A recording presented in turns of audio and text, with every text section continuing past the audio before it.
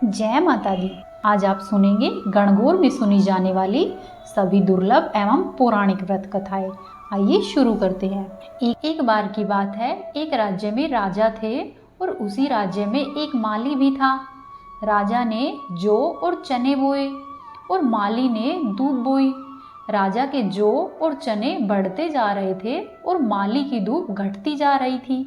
माली को लगा कि कुछ तो गड़बड़ है, इसलिए उसने सोचा कि छुपकर निगाह रखता हूँ। फिर वह माली बगीचे में छुप गया और कंबल ओढ़ लिया। कुछ ही देर में जब वह छुपा हुआ था तो वहाँ पर कुछ लड़कियाँ आई और वे लड़कियाँ उसकी दूब को तोड़कर ले जा रही थी।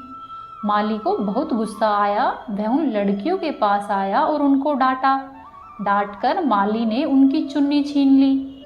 लड़कियां माली से विनती करने लगी और बोली कि हमारी चुन्नी दे दो और हमें दूब ले लेने दो। हम यह दूब गणगौर की पूजा के लिए ले जा रहे हैं। इसके बदले में हम तुम्हें गणगौर का पूजा पाटा दे देंगे। फिर माली ने उन लड़कियों को दूब ले जाने दी।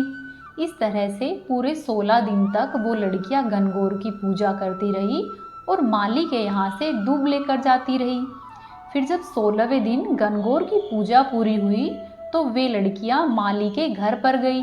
जब माली के घर गई तो वह माली घर पर नहीं था। लड़कियों ने पूजा पाटा माली की मालन को दिया। मालन ने वह पाटा ओबरी में रख दिया। शाम को माली का बेटा आया और बोला कि माँ भूख लगी है। माँ ने कहा कि बेटा, ओबरी में लड़कियों का पूजा पाटा रखा है, उसी में से कुछ खा लो। माली के बेटे ने ओबरा खोलना चाहा लेकिन वह नहीं खुला। बहुत कोशिश करने के बाद भी जब वह नहीं खुला तो उसने गुस्से से दरवाजे पर लात मार दी, लेकिन वह दरवाज़ा फिर भी नहीं खुला। तो माँ बोली कि बेटा, तेरे से कमरा नहीं खुलता तो पराई जाई का पता नहीं कैसे ढाबेगा। फिर मालन ने अपने टीके में से रोली निकाली, आँखों की कोर में से काजल निकाला और नखुन में से मेहंदी निकाली। हथेली में लेकर सबको घोला और फिर ओबरी पर छिटा दिया तो ओबरी खुल गई। अंदर देखा तो ईसर जी और गणगौर जी बैठे थे। ईसर जी ने बहुत ही सुंदर वस्त्र पहने थे और माँ गौरा मांग सवार रही थी। वह ओबरी में अन्न के भंडारे भरे पड़े थे। इतनी ही देर में वहाँ पर माली आ पहुँचा। माली के बेटे मालन तथा माली को उनके बहुत ही सुंदर दर्शन हुए। हे गणगौर माता, जिस प्रकार आपने माली के परिवार को दर्शन दिए हैं उसी प्रकार सबको दर्शन देना और ईसर जी जैसा भाग और गोरा जैसा सुहाग सबको देना। कहानी को कहने वाले, सुनने वाले और होकारा भरने वाले सबको देना और सबको अमर सुहाग का आशीर्वाद देना।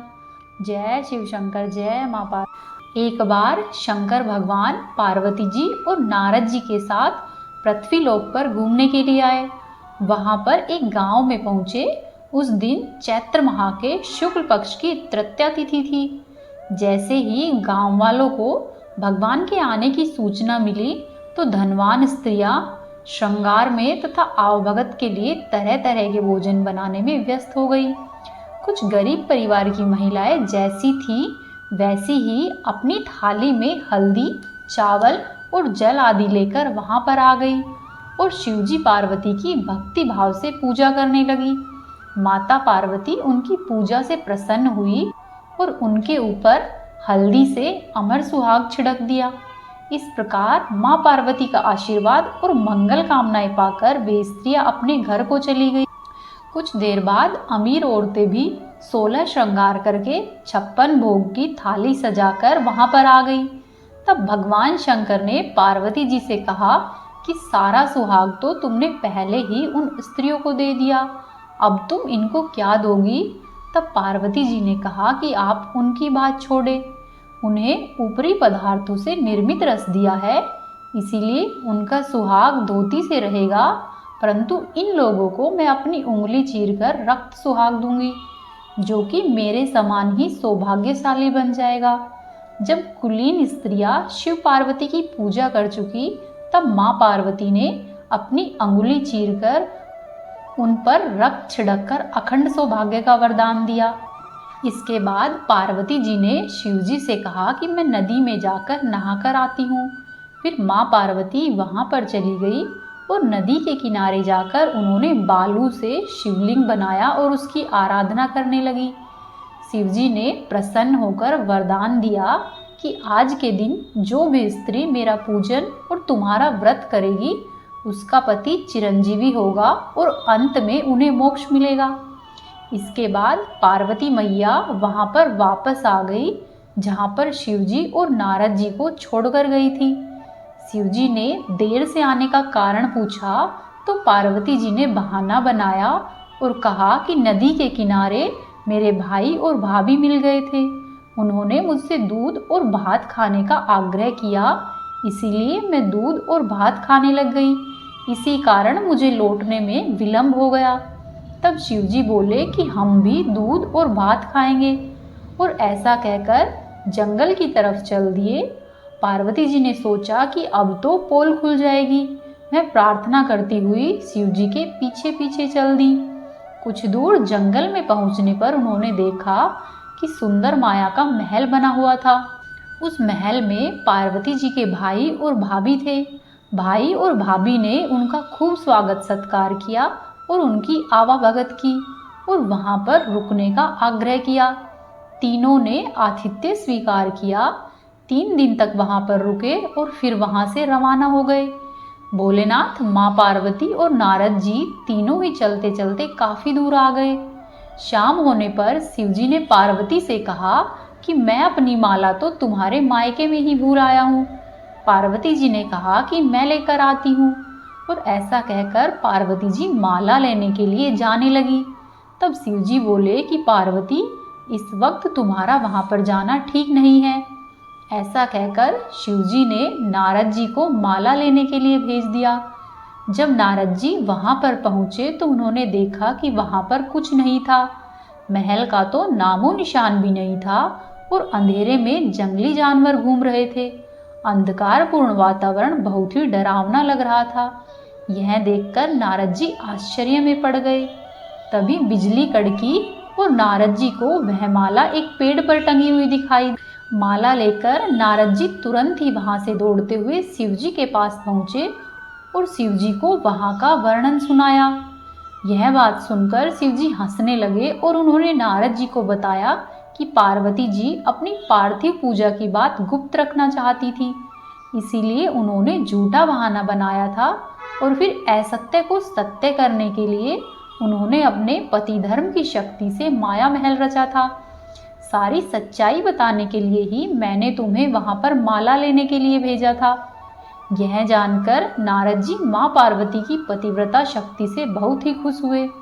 उन्होंने माँ पार्वती की बहुत प्रशंसा की और पूजा करने की बात को भी सही ठहराया, क्योंकि पूजा पाठ को जितना गुप्त रहकर किया जाता है वह उतनी ही फलवती होती है। उन्होंने खुश होकर कहा कि इस दिन जो भी स्त्रियां गुप्त रूप से पूजन कार्य करेगी उसकी सभी मनोकामनाएं पूरी होगी और उसका सुहाग अमर होगा, क्योंकि उस दिन पार्वती जी ने यह व्रत छिपकर किया था। इसीलिए उसी परंपरा के अनुसार आज भी गणगौर के दिन पूजा के अवसर पर पुरुष नहीं रहते हैं। खरी की खोटी, अधूरी की पूरी। जय शिव शंकर, जय माँ पार्वती। हे माँ पार्वती, हम सभी को अमर सुहाग देना। अब आप सुनिए गणगौर की अगली कहानी। एक बार चैत्र का महीना आया। माता पार्वती को भाभी के उजारने के लिए पीहर जाना था, तो महादेव जी बोले कि हम भी तुम्हारे साथ चलेंगे। तो ईसर गोरादे नंदी जी को साथ लेकर निकल लिए। महादेव जी नंदी पर बैठे और पार्वती जी पैदल चलने लगी। जब थोड़ी दूर पहुंचे तो लोग कहने लगे कि देखो, आदमी तो सवारी पर बैठा है और औरत को पैदल चला रहा है। महादेव जी नंदी से उतरे और पार्वती जी को नंदी पर बिठा दिया। फिर कुछ देर आगे चले तो वहां पर लोग कहने लगे कि देखो, औरत तो सवारी पर बैठी है और पति पैदल चल रहा है। ऐसा सुनकर पार्वती माता भी उतर गई और फिर ईश्वर जी और गोरादे दोनों ही पैदल चलने लगे। साथ में नंदी भी चलने लगा। कुछ दूर चले और फिर वहां पर लोग बोले कि देखो, वाहन होते हुए भी दोनों पैदल चल रहे हैं। तो ईश्वर और गोरादे दोनों ही नंदी पर बैठ गए। फिर आगे चले तो लोग फिर से बोले कि देखो, छोटे से जीव पर दोनों जने बैठे हैं। पार्वती जी बोली कि भगवान, ये दुनिया कैसी है, नंदी पर बैठने नहीं देते हैं और पैदल चलने नहीं देते हैं। ईसर जी बोले कि पार्वती, ये संसार है, यहाँ पर ऐसा ही होता है। फिर आगे आए तो वहाँ पर एक गाय बार बार उठ रही थी और बार बार बैठ रही थी। गोरादे पूछने लगी कि भगवान, ये गाय कष्ट में क्यों है? तो ईसर जी बोले कि इसको बच्चा होने वाला है। गोरादे बोली कि बच्चे के लिए इतना कष्ट मुझसे सहन नहीं होगा, आप ऐसा करो, मेरे को गांठ दे दो। तब ईसर जी बोले कि ठीक है, आगे चलते हैं। थोड़ी दूर आगे गए तो वहाँ पर एक घोड़ी बार बार उठ रही थी, बार बार बैठ रही थी। तो गोरादे बोली कि ईश्वर, इसको क्या कष्ट है? तो ईसर जी बोले कि गोरा, इसको बच्चा होने वाला है। तब गोरादे बोली कि मुझसे इतना कष्ट सहन नहीं होगा, आप ऐसा करो, मुझे गांठ दे दो। तब ईसर जी बोले कि आगे चलो। फिर गोरादे और ईसर जी आगे गए तो राजा की नगरी में उदासी छाई हुई थी। वहाँ पर ढोल और नगाड़े सब कुछ उल्टे रखे हुए थे। गोरादे पूछने लगी कि ईसर, यहाँ पर ये सब लोग उदास क्यों हैं? ईसर जी बोले कि यहाँ पर रानी को बच्चा होने वाला है। अब तो गोरा जी नहीं मानी और बोली कि बच्चे के लिए इतना कष्ट मुझसे तो नहीं होगा बच्चा, आप ऐसा करो, मुझे गांठ दे दो। ईसर जी को गांठ देनी ही पड़ी। उसके बाद ईसर जी और गोरादे ईसर जी के ससुराल पहुंच गए। वहां पर पीपल के पेड़ के नीचे दोनों ने वास किया। गोरादे पीहर में सहेलियों में मग्न हो गई और जब गणगौर नजदीक आई तो ईसर जी बोले कि आज गणगौर है, सब औरतें पूजा करने के लिए आएंगी। फिर गणगौर वाले दिन सवेरे से ही सभी स्त्रियां पूजा करने आने लगी। गोरादे भी सभी को सुहाग बांटने लगी। दोपहर के समय नदियों की औरतें ओढ़ पहनकर और 16 श्रृंगार करके पूजा करने के लिए गीत गाती हुई आई। गोरादे बोली कि सारा सुहाग तो बांट दिया है, ये औरतें तो अब आई है। तब ईसर जी बोले कि गोरादे, इन्हें भी सुहाग दो। तब गोरादे ने चिटली अंगुली जल में घोली, नैनों का सुरमा निकाला, मांग में से सिंदूर निकाला और टीके में से रोली निकाली और सभी स्त्रियों को अमर सुहाग दे दिया। गोरादे ने ईसर जी के कहे अनुसार सबको अमर सुहाग दिया। अब ईसरदे और गोरा जी दोनों घर पर आए। ईसर जी जब जीमने के लिए बैठे तो जितना भी बनाया गया था सारा भोजन जीम गए। अब गोरादे भी जीमने बैठी तो माँ बोली कि बेटी, मैं थोड़ा भोजन और बनाती हूँ। तो बेटी बोली कि माँ, मैं तो बेटी हूँ, कुछ भी खा लूँगी। और गोरादे ने ऐसा कहकर जली हुई बाटी और बथुए की पिंडी खाकर लोटा भरकर पानी पी लिया। फिर वहाँ से निकलकर ईसर जी और गोरादे जी पीपल के नीचे ठंडी छाँव में आकर बैठ गए। ठंडी छाँव में थकी हुई पार्वती जी को भी नींद आ गई। ईसर जी ने पार्वती जी के पेट की ढकनी खोली और देखा तो जला हुआ बाटा और बथुए की पिंडी वे थोड़े से पानी के साथ पड़े हुए थे। ईसर जी ने ढकनी वापस ढक दी। पार्वती जी जागी तो ईसर जी ने पूछा कि गोरा, आज क्या क्या जीमा? तब गोरादे बोली कि ईसर जी, जो आपने जीमा वो ही हमने जीमा। तब ईसर जी कहने लगे कि पार्वती, सच बोलो। तब गोरादे बोली कि रसोई में माँ भेद थोड़े ही करेगी, जो तुमने जीमा था वही हमने जीमा है। तब ईसर जी बोले कि देखो गोरादे, तुम्हारे पेट में जला हुआ बाटा, बथुए की पिंडी और इसके अलावा थोड़ा सा जल है। गोरादे बहुत नाराज हुई और बोली कि देखो भगवान, आज तो आपने मेरे पेट की ढकनी खोल ली है, लेकिन जगत के साथ ऐसा मत करना। पीहर की बात पीहर में और ससुराल की बात ससुराल में रहनी चाहिए। पीहर और ससुराल की बातें इधर उधर नहीं कहनी चाहिए। पार्वती जी इतना बोली और फिर ईसर और गोरादे जी वापस कैलाश पर्वत के लिए रवाना हुए। आगे चलकर देखा तो राजा के यहाँ पर शहनाइयाँ बज रही थी। सभी लोग खुशियाँ मना रहे थे और रानी बहुत खुश थी। गोरादे बोली कि कुंवर होने पर इतनी खुशी होती है, हे ईश्वर, आप मेरी गांठ कृपया करके खोल दे। तब ईसर जी बोले कि पार्वती, मैंने पहले ही कहा था, अब मेरी गांठ खोले नहीं खुलेगी। फिर ईसरजी और गोरादे दोनों आगे चले। आगे चलने पर वहां उन्होंने देखा कि घोड़ी के बच्चा हुआ है और वह अपने बच्चे को प्यार से चाट रही थी और साथ ही वह बहुत प्रसन्न थी। तब पार्वती बोली कि भगवान आप मेरी गांठ खोल दो। फिर महादेव जी बोले कि गोरा ये गांठ अब नहीं खुलेगी। आगे गए तो वहां पर गाय अपने बच्चे को प्यार से चाट रही थी और वह बहुत ही खुश हो रही थी और उस गाय की मालकिन भी बहुत खुश थी। पार्वती जी ने सोचा कि जानवरों को बच्चे की इतनी उमंग है तो मानव की तो बात ही क्या है। फिर ईसरजी से बोली कि भगवान मेरी गांठ खोल दो। तब ईसरजी बोले कि अब कुछ नहीं हो सकता। इसी तरह से दोनों चलते हुए वापस आ गए। थोड़े दिन बाद पार्वती जी ने अपने मैल का पिंड बनाया और उसमें प्राण फूंक दिए। उस बालक को रखवाली पर रखकर पार्वती जी स्नान करने के लिए चली गई। जब भगवान शिव जी वहां पर आए तो बालक ने उनको अंदर नहीं जाने दिया। तो भगवान ने पूछा कि तू कौन है। तब बालक ने बोला कि मैं पार्वती का पुत्र हूँ। भगवान ने सोचा कि ये पुत्र कहाँ से आया, पार्वती की तो गांठ बांधी हुई है। ऐसा सोचकर भोलेनाथ ने त्रिशूल से उस बालक का गला काट दिया। जब माँ पार्वती स्नान करके आई और उन्होंने देखा तो बोली कि भगवान मेरे पुत्र को वापस से जीवित करो। तो शिवजी ने अपने गणों को भेजा और कहा कि जो कोई भी स्त्री अपने पुत्र से विमुख होकर अर्थात पुत्र की तरफ पीठ करके सो रही हो उसी बच्चे का सिर काटकर यहाँ ले आओ। शिवजी के गण जगह जगह घूमते फिरे और जंगल में पहुंचकर उन्होंने एक हथनी को देखा। वह हथनी अपने बच्चे से पीठ फेर कर सो रही थी। शिवजी के गण उसका सिर काट कर ले आए। भगवान शिवजी ने उस सिर को बालक के शरीर पर जोड़ दिया और अमृत का छींटा दे दिया और बोले कि दुनिया में सबसे पहले गौरीपुत्र गणेश की पूजा होगी, बाद में दूसरे देवताओं की पूजा होगी। खोटी की खरी अधूरी की पूरी, हे गणगौर माता हम सबको अमर सुहाग देना।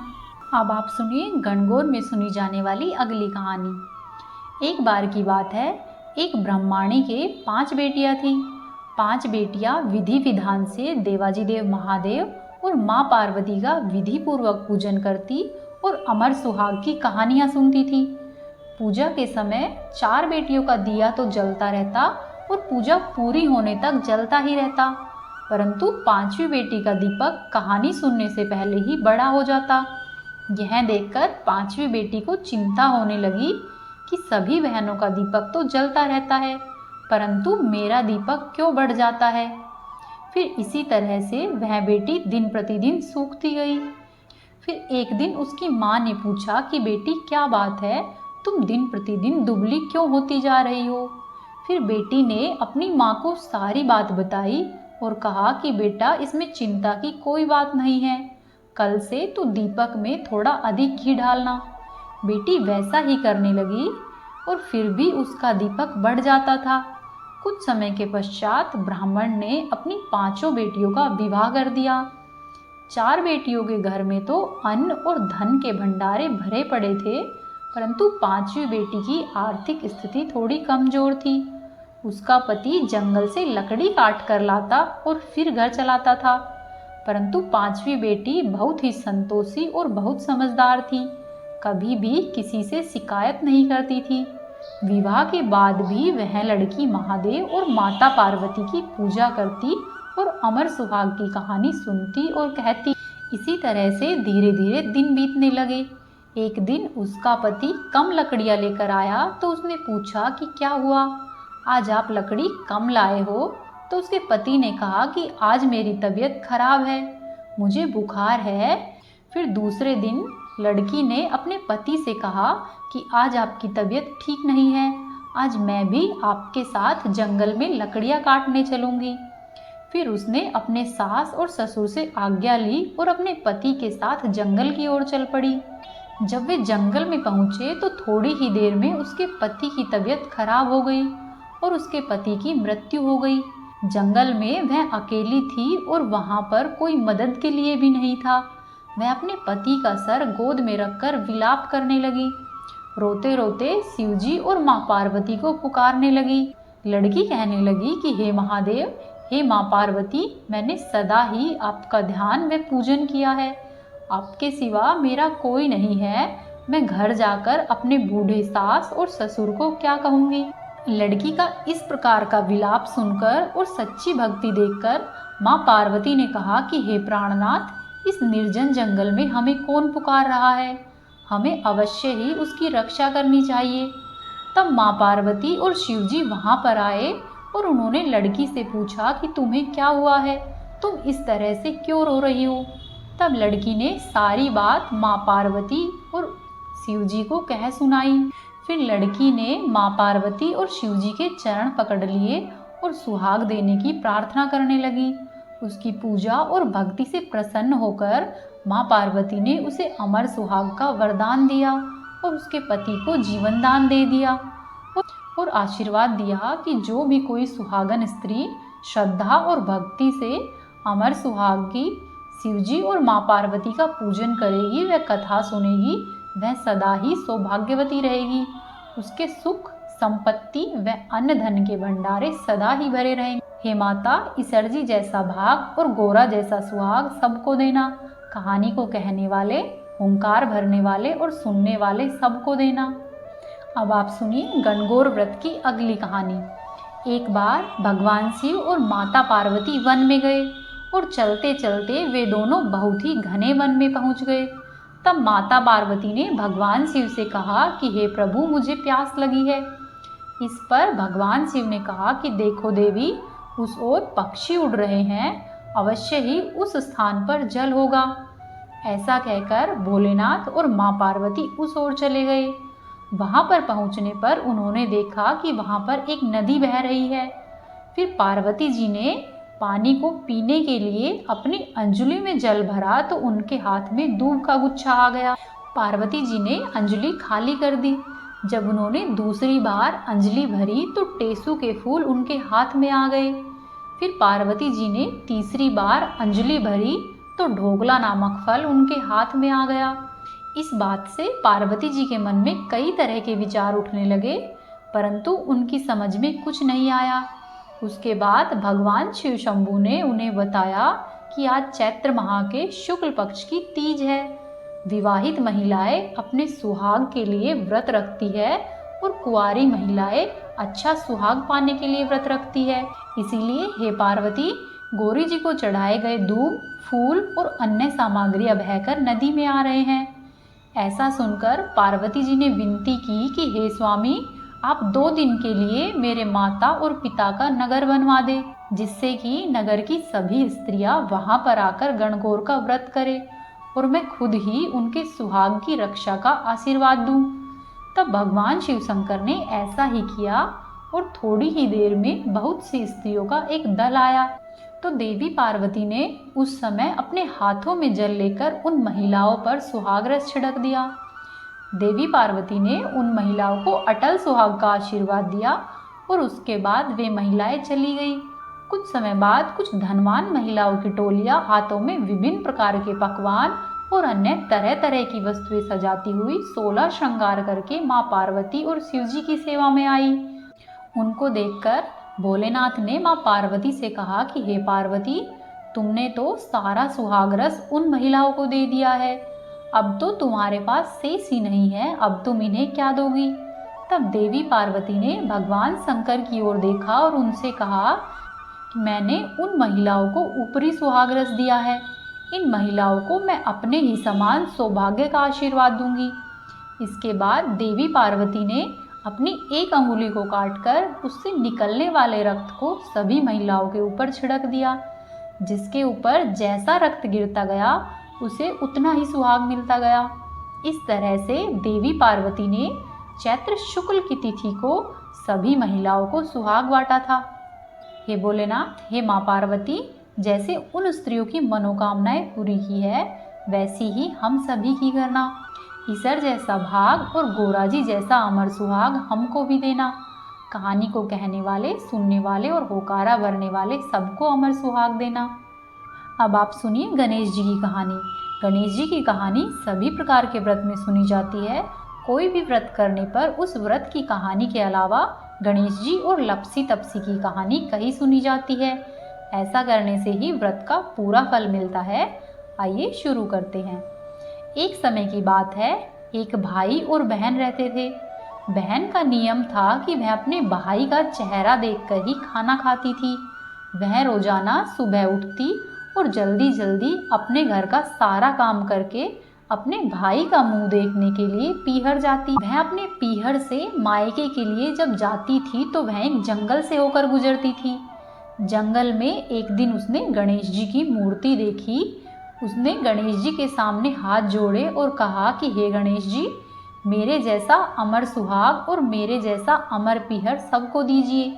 ऐसा कहकर गणेश जी को प्रणाम करके वह लड़की आगे बढ़ जाती और जब वह लड़की आया जाया करती तो उसके पैरों में झाड़ियों के कांटे चुभ जाते थे। इसी तरह से वह लड़की रोजाना करती। एक दिन जब वह भाई के घर पहुंची और भाई का मुंह देखकर बैठी तो उसकी भाभी ने पूछा कि तुम्हारे पैरों में क्या हुआ है। यह सुनकर उसने अपनी भाभी को जवाब दिया कि रास्ते में जंगल की झाड़ियों में से जो कांटे गिरे हुए थे उनमें से ही कुछ कांटे मेरे पैर में चुभ गए हैं। ऐसा कहकर वह अपने घर पर वापस चली गई। फिर जब रात को उसका भाई घर पर आया तो उसकी भाभी ने अपने पति से कहा कि रास्ते को साफ करवा दो।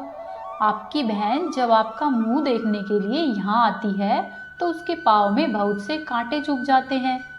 उसके भाई ने कहा ठीक है, और ऐसा कहकर उसने अगले ही दिन कुल्हाड़ी ली और जंगल में जाकर पूरे रास्ते को साफ कर दिया और उसने रास्ते से सभी झाड़ियाँ भी काट दी, जिससे कि गणेश जी का स्थान भी वहाँ से हट गया। यह देखकर गणेश जी गुस्सा हो गए और उसके भाई के प्राण हर लिए।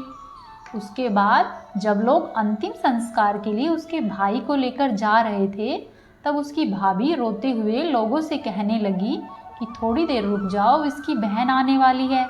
वह अपने भाई का मुंह देखे बिना नहीं रह सकती है। यह उसका रोजाना का नियम है। यह सुनकर लोगों ने कहा कि आज तो वह इसका मुख देख लेगी, परंतु कल कैसे देखेगी। तब वह बोली कि आज तो देख लेने दो, कल की कल देखेंगे। फिर कुछ ही देर में रोजाना की तरह वह बहन अपने भाई का मुंह देखने के लिए जंगल में आई। जब वह जंगल से गुजरने लगी तो उसने देखा कि यहाँ का सारा रास्ता साफ किया हुआ है। जब वह आगे बढ़ी तो उसने देखा कि सिद्धि विनायक जी को भी वहाँ से हटा दिया गया है। फिर उसे कुछ ही दूरी पर गणेश जी दिखे। फिर उसने जाने से पहले गणेश जी को एक अच्छे से स्थान पर रखा और उन्हें हाथ जोड़कर प्रार्थना की कि हे भगवान, मेरे जैसा अमर सुहाग और मेरे जैसा अमर पीहर सबको देना। ऐसा कहकर वह वहाँ से चलने लगी। गणेश जी ने सोचा कि अगर इसकी नहीं सुनी तो हमें कौन मानेगा, ऐसे तो लोगों का विश्वास हट जाएगा।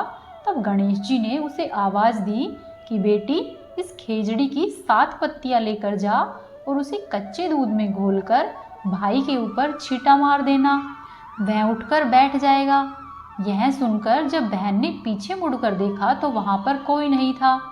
फिर वह सोचने लगी कि ठीक है, जैसा सुना है मैं वैसे ही कर लेती हूँ, ऐसा करने में क्या जाता है। ऐसा सोचकर उस लड़की ने खेजड़ी के पेड़ की 7 पत्तियाँ ली और उनको लेकर अपने भाई के घर पर आ पहुँची। वहाँ पर आई तो उसने देखा कि वहाँ पर बहुत से लोग बैठे हुए हैं।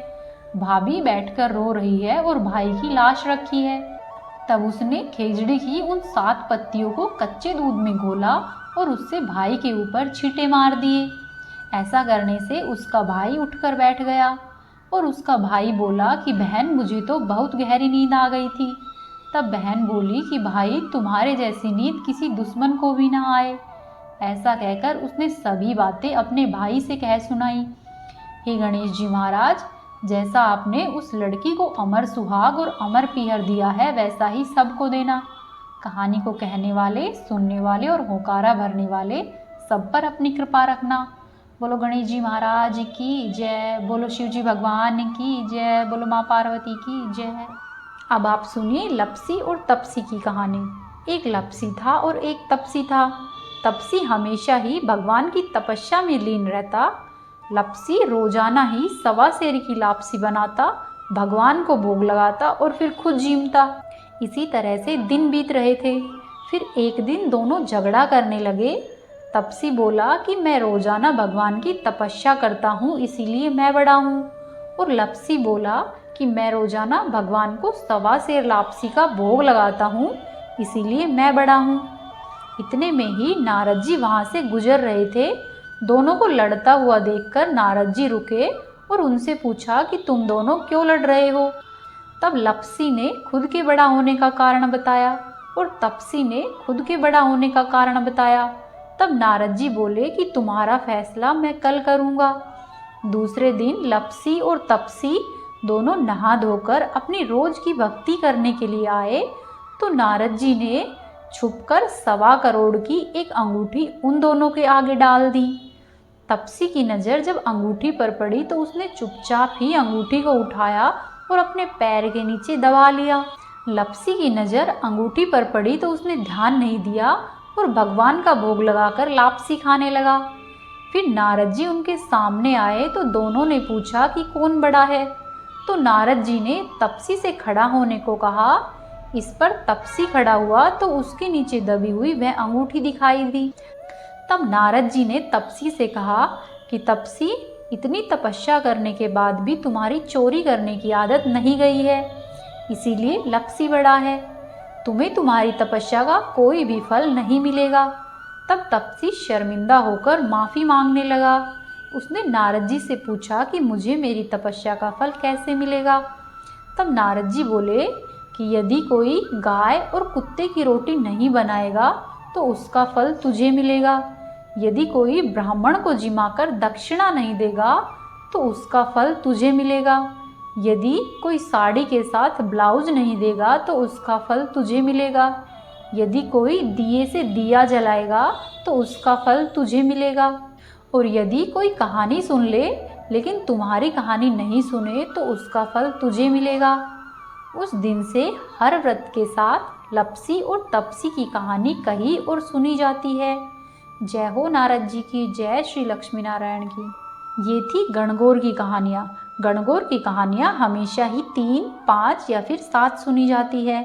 साथ ही गणेश जी और लपसी तपसी की कहानी आवश्यक रूप से सुनी जाती है। उम्मीद है आपको कहानियाँ पसंद आई होगी। वीडियो को लाइक करें, चैनल को सब्सक्राइब करें और वीडियो को शेयर करें।